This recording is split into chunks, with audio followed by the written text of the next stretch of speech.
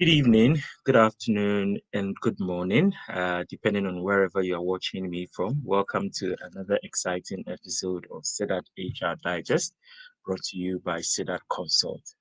Wherever you are watching us from our various social media handles, just drop in a shout out so that we can acknowledge you, so that we can also have an interactive session. Today is going to be an interactive session as usual, where we learn a lot from industry players on how to make our employee engagement and our workplace the best place to work with. Okay. So CDAT Digest is brought to you by CDAT HR Consults, your trusted HR partner. We are made up of a strong of dynamic human resource management professionals committed to providing innovative, tailored, and practical HR solutions and a sustained excellent service delivery. What do we do? We are into HR advisory services, talent acquisition and recruitment, then to training and development. We can offer job analysis and evaluation, performance management, and to remain competitive in the market as an employer of choice. We also offer salary benchmarking, compensation, and benefits management. And also, we do staff outsourcing management as well.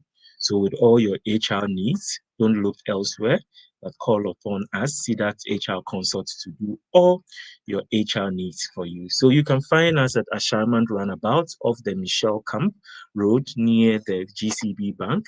You can visit our website www.sedatconsultlimited.com or write to us at info@sedatconsultlimited.com. You can also reach us on our various social media platforms and also call us on 0244 629 245 or 020550 883936. SIDAT Consult, your trusted HR partner. So, welcome once again to another exciting episode of our HR Digest. Today, we'll be looking at a very important topic in our workplace today, the role of motivation in employee retention.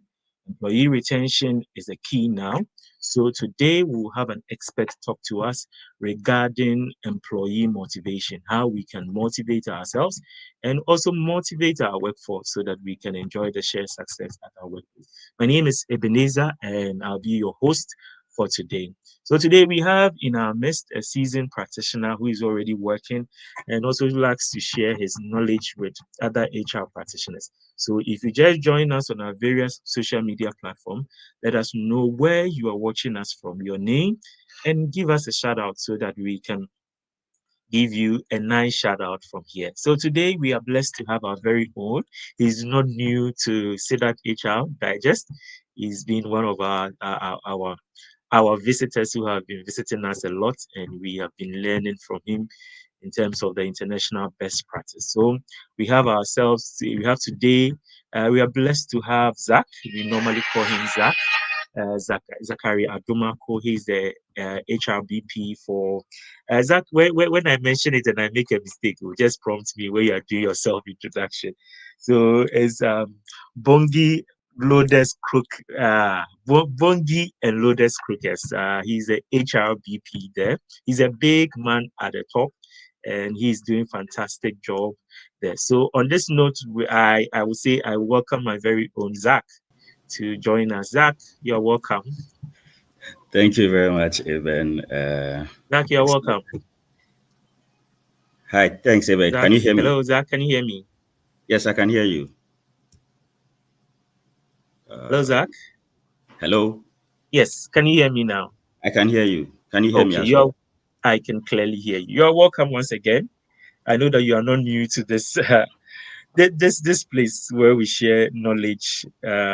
So how have you been? How have the year started with you? Well, let me say thank you for the opportunity. It's good to be back once again to share and to interact with our viewers and our followers. I'm doing very well.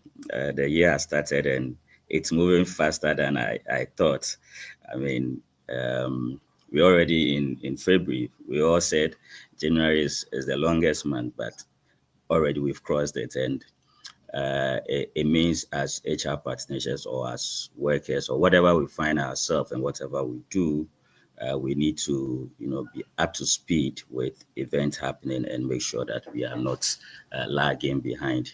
So I want to first thank you again for the opportunity. I want to say good morning, good afternoon, good evening to all our viewers worldwide.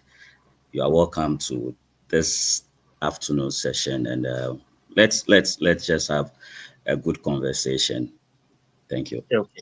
Thank you very much. I think you said let us have a good conversation, and I really love that aspect. So today is going to be a wonderful an engagement session. So if you just join us, this is your usual See That HR Digest.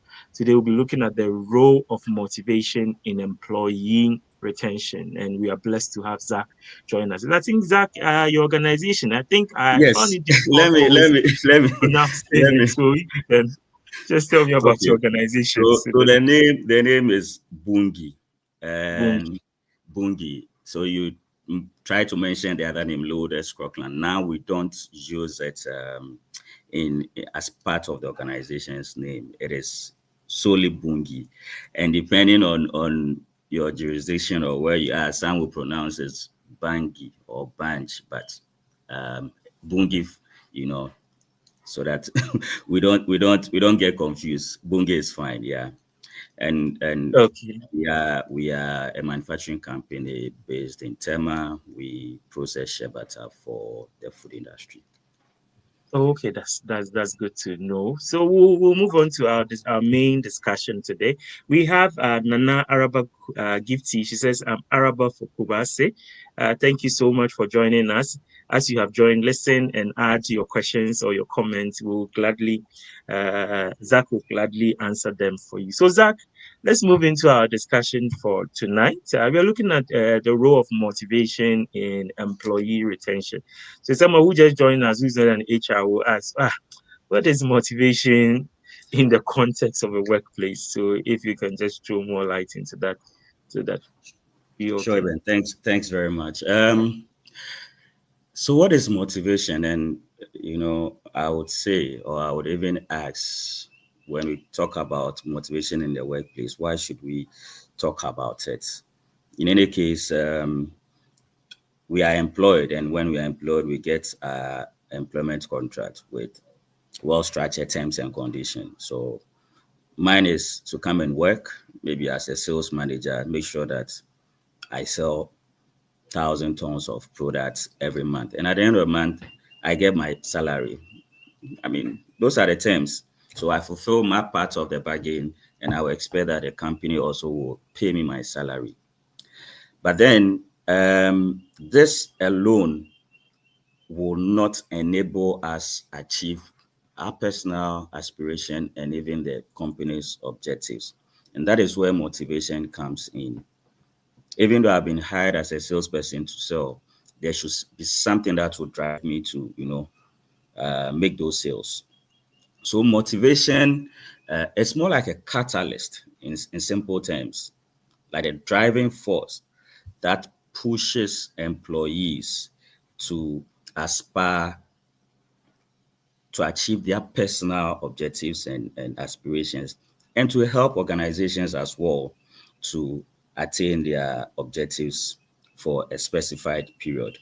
So, in simple terms, it is the driving force that helps both the employee and the employer to achieve its objective.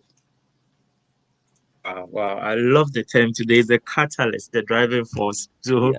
definitely if your people are demotivated, I think the driving force is very low. So we'll look into it. So if you just join us, let us know where you're watching us from. We have a Rajwa Jumbo. It says watching from Accra.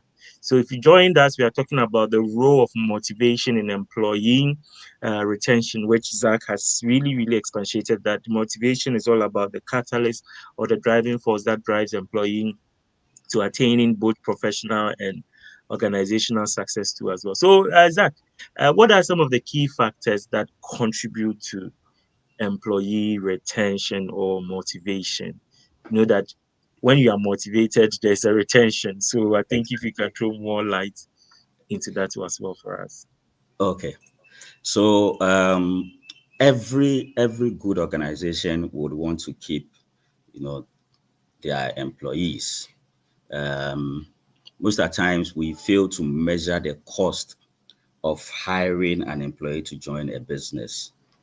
And when we're able to quantify, this process of hiring and of training and all of that, we would appreciate how much it costs us to get one employee to join a business. And therefore, when we have employees in our organization, we want to keep them, we want to retain them, because it's a lot of investments from through the hiring process and also the training. And with that, you want to do something to ensure that they are motivated and they are kept in the business. So when we talk about the factors, um, two things come into mind. There are a lot of theories that has been, stipulated when it comes to motivation. And for our discussion, I just want to talk about, two aspects, the intrinsic and the extrinsic. So the intrinsic has to do with the inherent aspiration, something that you want to achieve personally. It is not driven by any external force, right? So maybe in your family, everybody goes to school and gets to a level of senior high. You want to break that record. So that is something personal. You are not doing it just to receive some monetary or external recognition. So those are the intrinsic motivators. And then the extrinsic are external. So we are looking at what we gain when we do certain things. So I'm a sales manager. If I'm able to achieve my objectives, my targets, I'm going to get a big bonus. It's going to come with some commission. If I work and exceed my target within the year, I'm probably, assured of a very good bonus. The monetary aspect or the external factors constitute the extrinsic motivation. And if you look at the factors, these factors, they are all defined by our aspiration or our desire. Okay, so I spoke about the inherent one, the personal one, what you want to achieve with your life. Somebody is there and desires to solve problems. That's the person's desire. So when there is an issue, whether he or she has been called, is always willing and ready to solve that problem, to help solve that problem, whether there's a reward or not. Okay. And the person gets satisfaction from this. So these are some of the drivers. And the compensation bit is also important. So you are looking at what salary am I earning? What bonuses am I going to get? What rewards am I going to get? What benefits? Okay. In addition to that, another factor is career development. What is the career path for me? If I'm in an organization, what is the next step for me in the next 2-3 years? And what level of development are available for me professionally? So this will inform my decision to still, stay with the organization or decide to leave. Another factor is leadership. And I think this also is a very critical aspect that keeps employees in organization. So the kind of leadership that you have in organization and how they relate to their workforce, the kind of communication that is practiced in the organization. Okay. Um, Another factor we can talk about is work-life balance. I mean, do I have to come to work from 8 and close at 10 p.m. and even on Saturdays, my boss will call me to come and do something at work.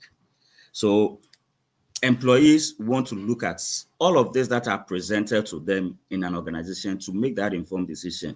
I'm going to stay with this company for the next 10 years, for the next 20 years, for the next 30 years, because there's a clear career path for me, because I'm compensated when I perform my duties, because I'm given the autonomy to do what I want to do. Okay. I have job satisfaction. These are the factors. I have job satisfaction. My work is clearly defined. There aren't overlaps of job. And when I come to work, I know exactly what I'm doing. I know how I'm contributing to the overall performance of the business. These are the factors that, drives employees to stay with an organization and be willing to stay even till probably they go on retirement. So when we put all of this together and organizations are practicing some of these factors or have some of these factors in place, then it motivates the employees to stay, right? So job security, how secured is my role in the organization?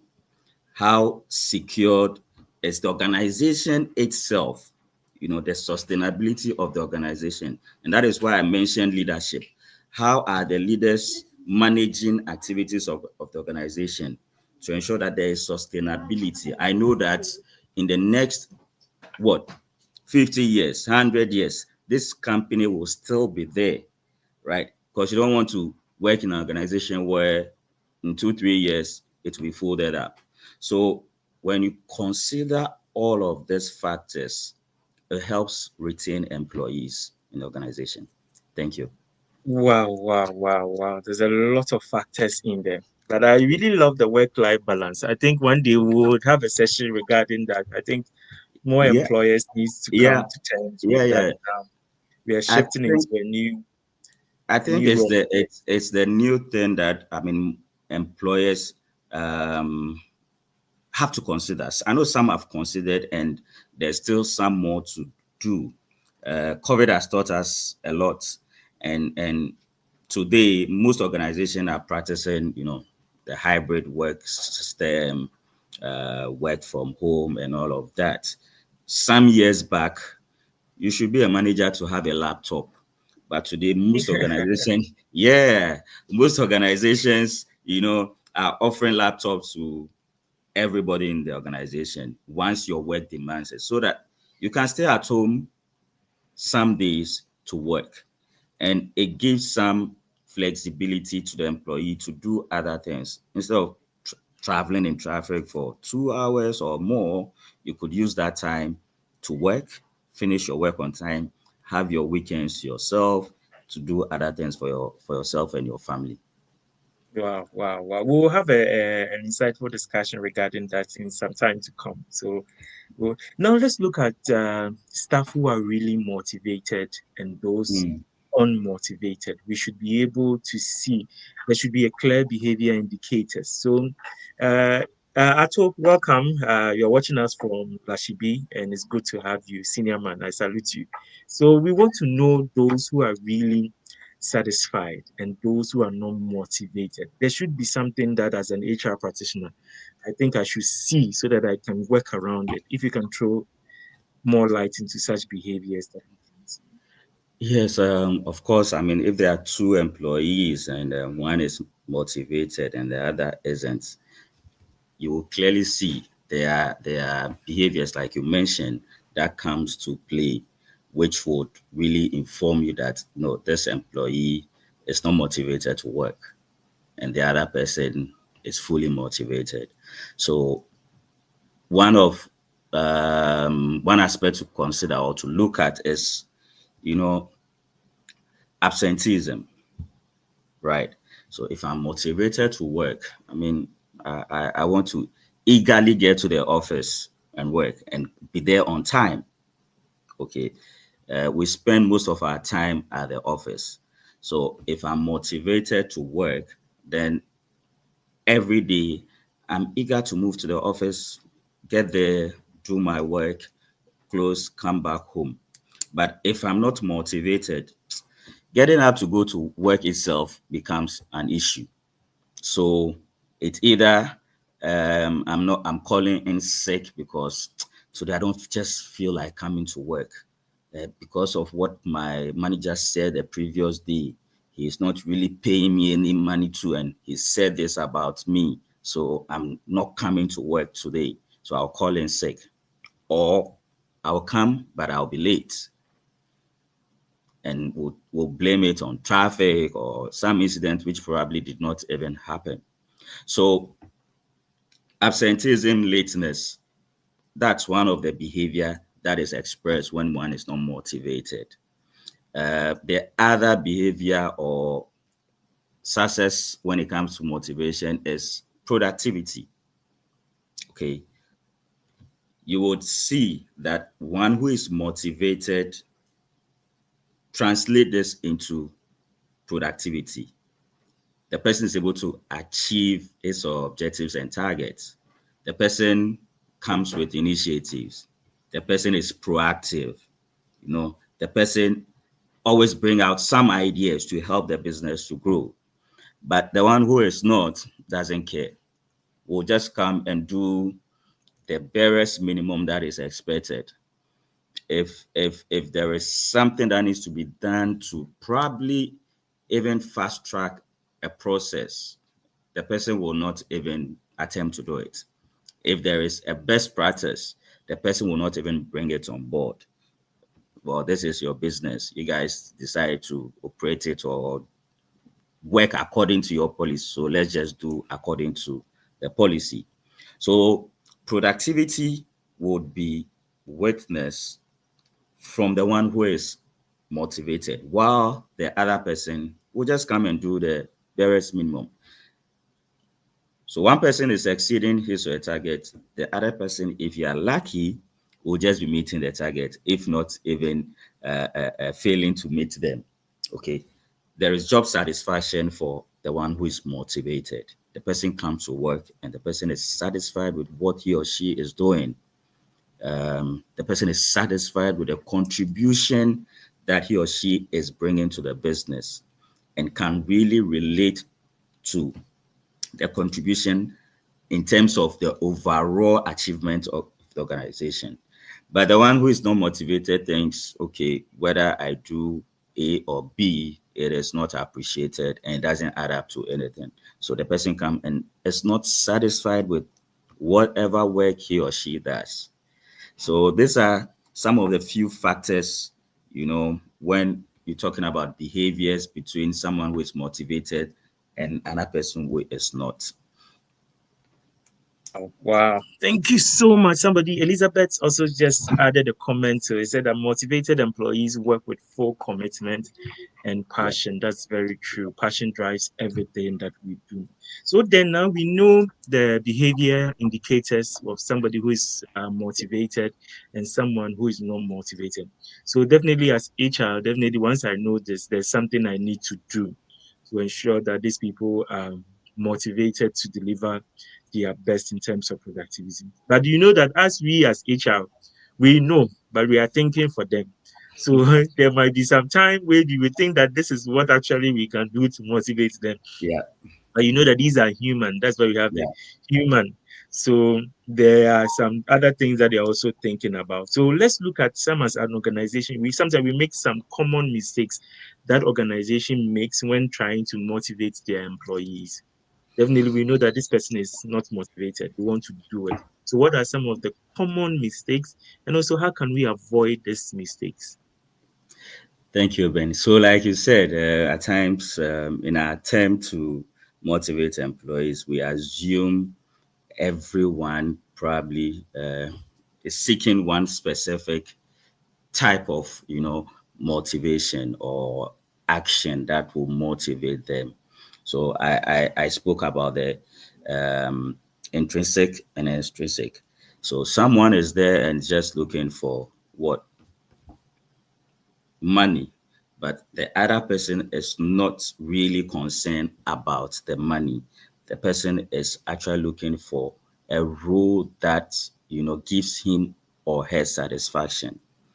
In a part of the world, and due to unemployment, you would see that we go to school, we study certain, areas. So somebody goes to school, does engineering or study accounting or something, comes out, and because of unemployment and because the person needs to get work, he comes across a job that is offered not in his area and he has to accept it because there's a need to get some food for the home.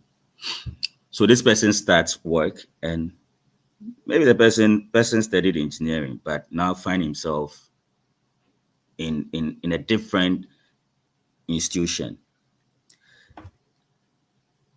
That particular employee probably is not motivated with money.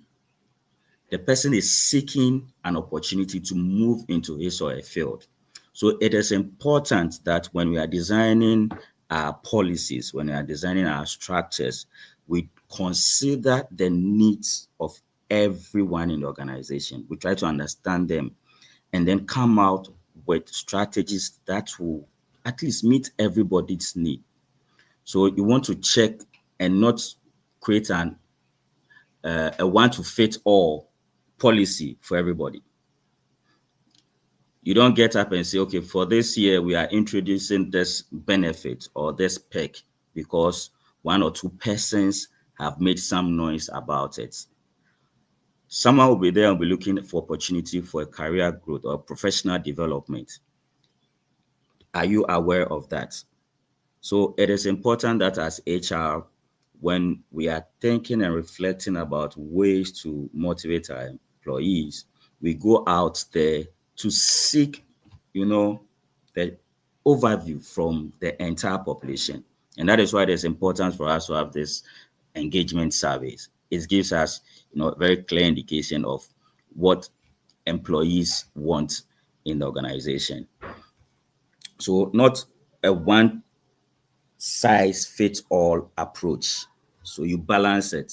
Okay, looking at the composition of my team, what do I think will help them at this particular time?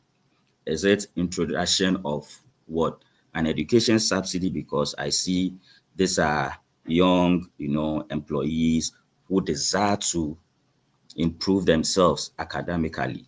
So they have probably diploma in their fields. They would want to have a bachelor's. So should we come out with a policy that will support them? Or is it that at this point we observe that our employees are living far?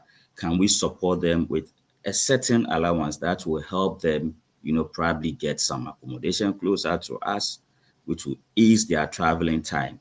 Okay, we need to do some of this assessment and ensure that we come out with strategies that will meet majority, if not all, of the organization. If we don't, then we'll end up satisfying just a few, and the aim and reason for which we are putting in that policy will be defeated. The other thing is, the other mistake we do as HR is we normally would do market survey, which is good. I mean, that is the best practice to check what is happening in the market. But I say that it is not always, 100% right to just get market data and implement it because company A or a competitor is also doing it. Probably at this point in your organization, something that company A is doing will not be relevant for your population. So you would also want to introduce something that will help your organization, will help your employees, and will help retain them. So we shouldn't have a one size fits all approach. We shouldn't just get data and copy paste what others are doing. We really need to have a thorough assessment of our employee composition, understand their needs, and with that come out with appropriate policies, strategies that will help motivate them and that will help meet the demands of the employees. If not, we would have interventions that will go waste because nobody will be interested in what you are doing. And I'm sure the next time you go out to ask for budget allocation for certain things, you are not going to get approval. So it is important to have a thorough analysis of the needs of the organization, of your employees, and then tailor your strategy, your structure, your policies around that to ensure that they get a full benefit and continue to stay with you. Thank you, Ben. Wow, wow, wow, wow. So if you just join us, we'll just take a 2 minutes breather. Zach has thrown more light into so many things. So if you just join us, it's your usual HR digest from Sedat Consult, where we are looking at the role of motivation in employee morale. Zach has thrown more light on so many things. That the reasons why he says that don't do a one-size-fits approach, but do an employee engagement survey to know what actually drives your employees so that you can tailor your strategies to that. So we have Israel from Pram Pram joining us. Israel, you are welcome. Rajua said, personally, I want to be motivated through growth. I want my life to be better off than how I initially joined the company. Elizabeth said, in as much as most employees are motivated by pay increase, the terrain now is that employees are looking for an environment for professional growth, flexible working times, an enabling environment also is important. An environment where an employee feel recognized and have a sense of belonging. And I agree with her too as well. Radwa also said once again that I have a tough question. What if the employee wants different needs of motivation? What can HR do to meet? But Zach, before you answer her question, let me just throw more light into our CDAT HR conference. That's for 2025. That is coming. 2025 CDAT HR Consult. If you missed our first edition, our second edition, which was held in Kumasi, our third edition is coming to Takoradi. So it's going to be an exciting moment in Takoradi. So if you haven't, you have to start planning now. It's happening live in March on the 27th of March is just going for a cool 1,250 for in person and 520 for virtual. So you're going to meet people like Zach there who will throw more light into a lot of. And our team for this is that we are looking for policy from policy to practice, where we are looking at integrating employee well-being into HR management for a motivated workforce and highly productive workforce. So it's happening live at the Takoradi Western Serene Atlantic Hotel. So it's going to be a wonderful experience. It's just going for 1,250 for in person and 520 for virtual. It's showing you on a screen. So we're also calling out to corporate bodies to come on board for sponsorship to sponsor us. And you can see from your screen lots of seasoned speakers who are coming to throw more. Zach will be there, so you get the chance to meet Zach. So Zach, I think Radra's question, so that we'll move on back to Yeah. said, I have a question though. What if the employees want different needs of motivation? What can HR do to meet their individual needs? Okay. Thank you very much, Rajwa. So, like I said, it is important that we understand the needs of the employees, so we don't end up, wasting our time, wasting resources to implement interventions that will not yield any results. When employees want a certain, policy to be implemented, or they have certain needs which they believe would help them maybe in their career growth or professional development, you need to assess it and understand what it will mean for the employees themselves and also for the organization. See, at the end of the day, you want to create a win-win situation where the employee gets fulfilled and the organization also remains productive. Okay, so you want to measure how that need, you know, sits well with the organization and whether it is going to yield positive result both for the employee and for the organization. I mentioned interventions like education support. Yes, some organizations have it, and we have that in organization as well. There are times somebody will say, "I want to go and study a particular, course." Now the question is this in line with your career? Is it in line with what you are doing? Because at the end of the day, company is going to invest in you, and we expect that when you come out of school, you should have gained some knowledge, some skills to add up to what you are doing, right? So if you decide to say, "I'm going to study finance," when probably you are an HR person, is it that we are anticipating a position in finance for you, for which reason we want to sponsor it, or you just want to study it because, I mean, you think finance pays better than HR. That's why you want to go into finance. So if there's a disconnect, then you have to explain to the employees to understand that, okay, this need that you have brought to me, um, it's not going to help us, and it's not going to help probably even you, and you need to really consider it. We want to we want to invest in you, but is it the path that you really want to take? If that is the path, and the business organization has the means, has the muscle, the financial muscle to support you, yes, why not? We'll do it, because at the end of the day, you should keep the employee happy, motivated, and also get the organization going. You know, make sure that the organization is being productive. The organization is meeting its objectives, its target, and all of that. So you must strike a very good balance between what employees want and what you think should be made available to them, while looking at the company's capacity to meet those needs. So it's not everything that employees want that we just jump into it and do it. We really need to measure them well before we implement them. Thank you.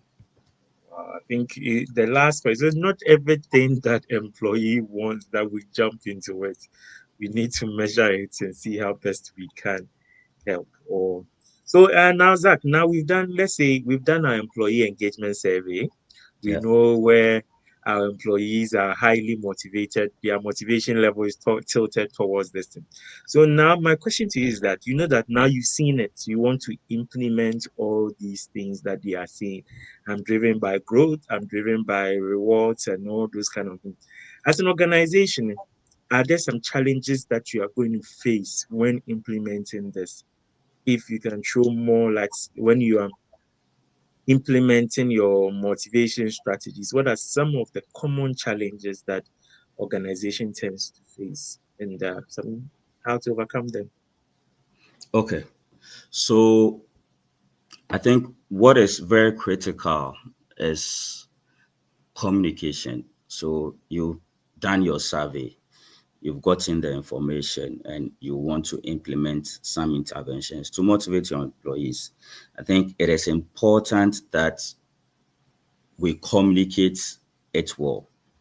Failure to do this would have HR implementing a policy or a strategy which will end up sitting with HR only. Nobody would, you know, take delight in pushing that agenda. So if we do not have a very good communication plan on the outcome of our engagement survey and the interventions we are putting into it, we may fail with motivation strategies. So that is one. Two, you need to also empower managers or supervisors, you know, to push this agenda. Many a times, if you don't have managers to also support, then it will fail. I'll cite an example. So in my organization, we have, you know, recognitions and award. We have the monthly employee award scheme, and we expect that supervisors and managers will nominate employees based on something exceptional that they've done. Over the period, I've observed that it is skewed, not skewed deliberately, but some departments have taken ownership of it, and you get a lot of nominations coming from those departments. And why? It is because the leaders in those departments understand what it means to have this in place. Others see it as, you know, it's a business as usual. There's nothing really good coming out of it. So they are not. And it's affecting the employees, because then they will come and complain, we are not being recognized by our managers and directly by the organization. So you need to work on that gap where managers also understand the reason why we are putting in this intervention, so that when it comes to this selecting, nominating, um, pushing someone to be recognized, they will do that and it will take away some level of bias or discrimination in the organization. The other challenge could be the financial muscle, you know, because when it's monetary, then you have to look at the budget allocation you have, whether this intervention will not hit your P&L so much, right? If it is going to hit your P&L so much, then you have to reconsider it. So the money to support, the funds to support the interventions is one major challenge. At times we do not, prepare for it. We do not make provisions for them. And then it happens that, okay, we need to consider this particular, policy. And that policy will need some funds to support it. If it is not there, then you are going to have issues. Also, the sustainability of it. So probably you are having high attrition, and because of that, you've just checked the market. Company A is doing something, and quickly you also want to do it. If you are lucky, you get approved. You get it approved. How are you going to sustain it going forward? Okay, so you need to consider all of this, and these are some of the challenges that we face in implementing some of these interventions. Another critical challenge is, getting the buy-in of leadership and management. You see, of course, leadership understand the need for us to motivate employees, but at the end of the day, you will need to justify why you want to spend some dollars more on employees. They are going to increase employee costs by what, 10%. You need to justify it to the leadership. So you need a leadership team that understand what it means to motivate employees and to retain them. If you are not fortunate to have that in your organization, then you are going to have a lot of setback or a lot of challenges implementing whatever interventions you have in mind. Thank you. Thank you very much. Marian said, I'm enjoying the program. Insightful. Thank you. That's why CDAT is here. We bring to you seasoned practitioners to share their knowledge with us. No, now we know that the budget, when you mentioned the budget, it really resonated with me as HR. HR and finance. HR wants to do this. Finance is also telling you that the budget is good. So let's look at it and work with it. Now, very soon we'll be rounding it up. If you just joined us, we are looking at the role of motivation in employee retention, which is very key. He said motivation is the catalyst and the driving force.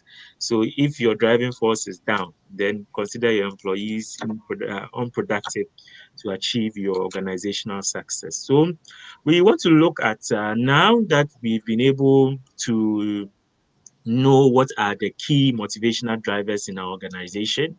We've known the challenges and how to overcome them. Right now, you know that as HR, now we are not ordinary HR, we are strategic HR practitioners. So there's a need for us when we go to the table, we should be able to show the return on investment that we have. We said, oh, our people are driven by this. Now, management, MD is waiting for you to come and show the investment that you put into it, the return. So, Zach, please help us. How are we going to measure these motivation or the drivers or the strategies that we've Okay. put in place? So like you said, it is important that we leverage on data to make our case. In recent years, HR, when we talk about HR, we're always pushing the agenda of HR being a strategic partner to the organization. And what will make us sit at that table is what we also bring, into that room. So what information are we bringing? Okay, so we need to leverage on data. Most of the times we at times fail to, really keep good data or go into that boardroom with data to back whatever proposals or interventions that we have. So we need to have data to make a case. So we want to look at engagement survey. So you want to do an engagement survey to measure or test the pulse of your employees. Okay, you cried out, we have done A, B, C, and D this year. What has been the result? Or how has it been accepted? What is the impact? So you want to do an engagement survey, and then we'll check your result against probably previous surveys if you had already had one. So you want to check it against and see what level or what engagement score you have now compared to the previous years or previous year. So that is very critical for you to do the engagement survey to get those data. Also, you want to measure your productivity. Okay, you want to use productivity to check whether the interventions are yielding the results. So if in previous years you are selling 1,000 tons of your products, what is the impact now after introducing these interventions? Are we doing more than 1,000? So you measure this to really understand how engaged your employees are at the moment and how motivated you are. You can also look at your attrition rate. So are employees staying with us now than before? No, previously we didn't have A, B, C, and D, but for the past year or two we have done it. What has it translated to? Are we able to retain our employees now? If you are able to give data that shows that our turnover rate has reduced drastically since we introduced this intervention, then you are making a good case for yourself, right? And also you want to look at, even your time to hire. So if you are working or you've been able to create an engaged environment, it goes out there to other potential candidates or potential employees. People go out, your employees go out and will talk nicely about your company. You have become or becoming an employer of choice. So if you have a role and you advertise it, the rate at which good candidates are going to apply will tell you how good or how motivated your company has become, right? So these are some of the factors. I also think that one factor that also comes to mind is how positive the environment has become. Okay, it is no longer toxic. People come to work and they are excited to be at work. They are excited to work in a team. They are excited, to collaborate, to bring out innovation, to bring out ideas. This helps measure how, positive those interventions have really become for the organization. Thank you.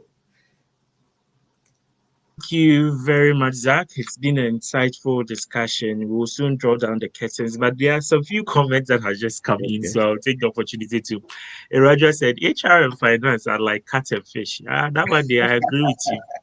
There's always a tussle between us, but at the end, it's worked for the business. So, Yeah. Atu said, to motivate employees to be passionate and give up their best, blend extrinsic reward and intrinsic fulfillment to ensure you retain and engage employees. When employees feel valued and respected, they become loyal and committed to the organization.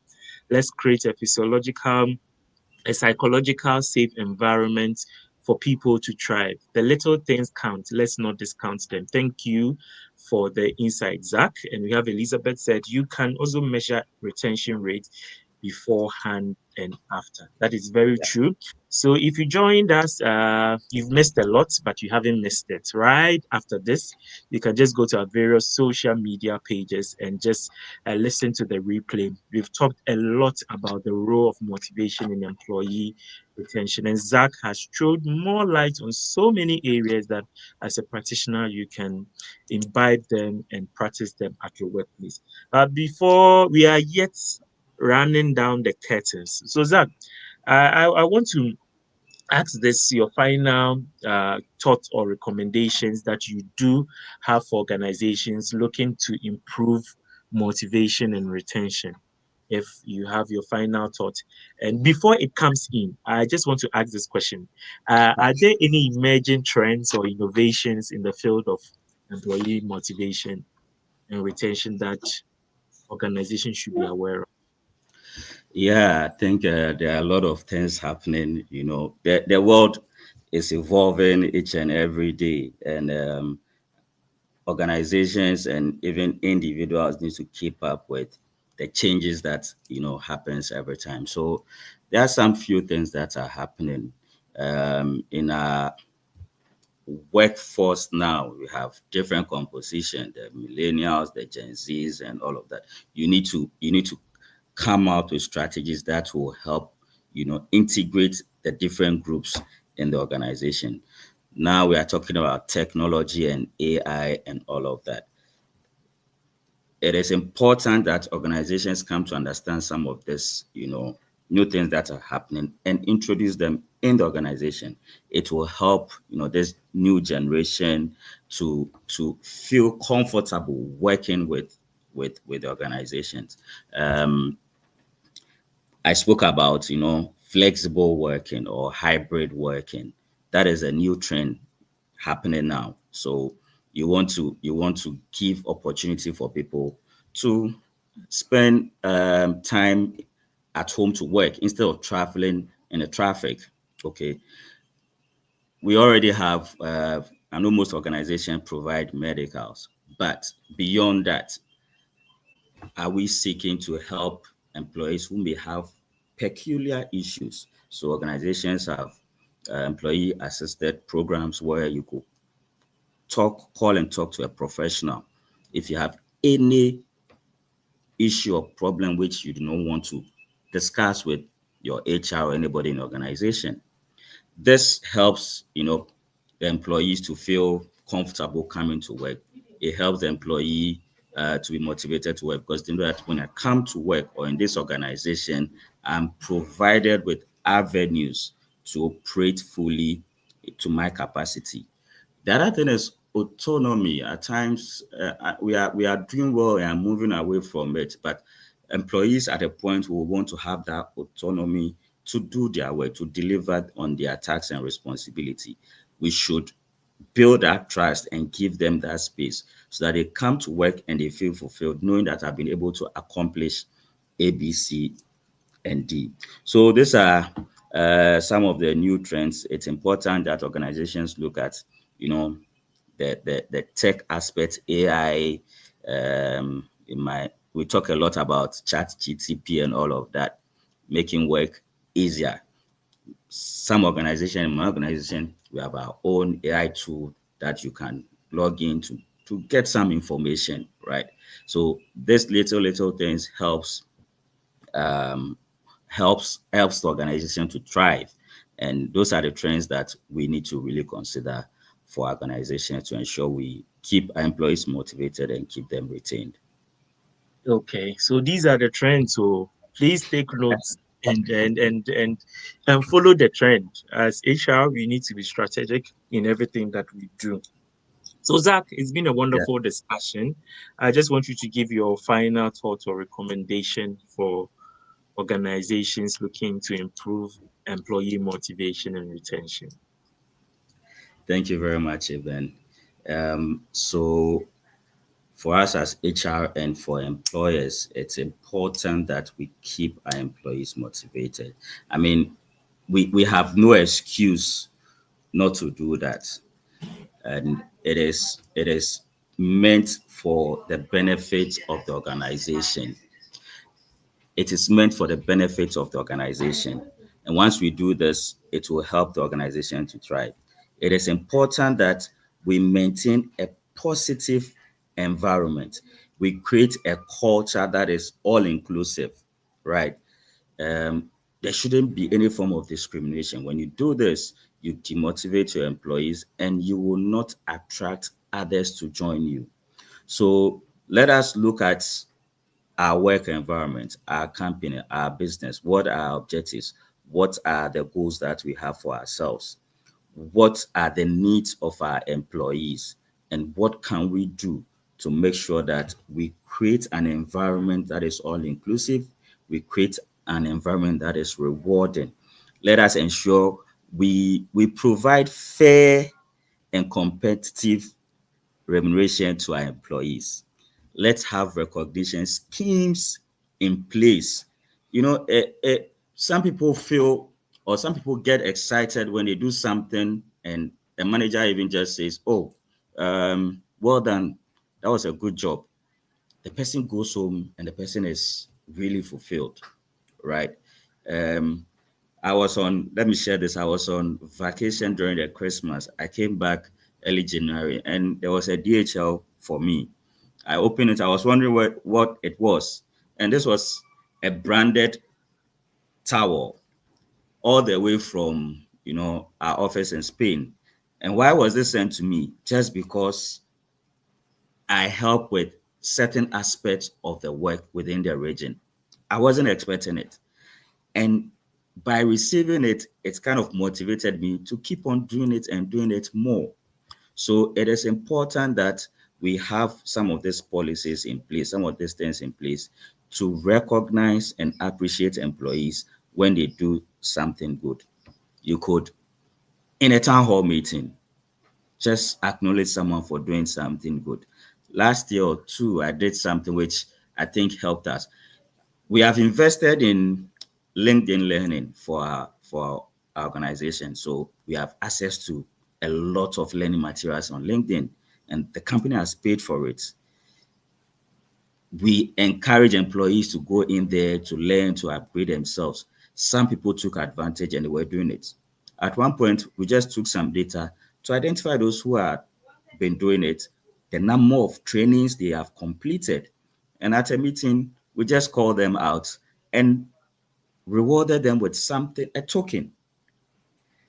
In less than 6 months, when we checked again, a lot more people were now going into the portal and were doing a lot of training. Okay, so let's have a positive environment. Let's have open communication. People should come to work and feel free to walk to the HR department or any other department to communicate their concerns. And we should have leadership who are ready to listen to employees when they come to you. And if you're able to do this, yes, you are going to have a lot of your employees staying with you. We should have retention policies. So long service awards. Employees are staying with you 5 years, 10 years, 15 years. What do you have for them? Employees stay with you and they go on retirement. What do you have for them even when they go on retirement? Once you have these policies in place, it helps retain your employees and you become an employer of choice. Everybody will be looking to getting, a role within your organization. And of course, when it happens, it makes your recruitment easier. It makes your work in the organization easier. Everybody is excited, there is productivity, you're able to, achieve your objectives and you're able to sustain the business for the future generation that are going to come. So these are my final words to all of us.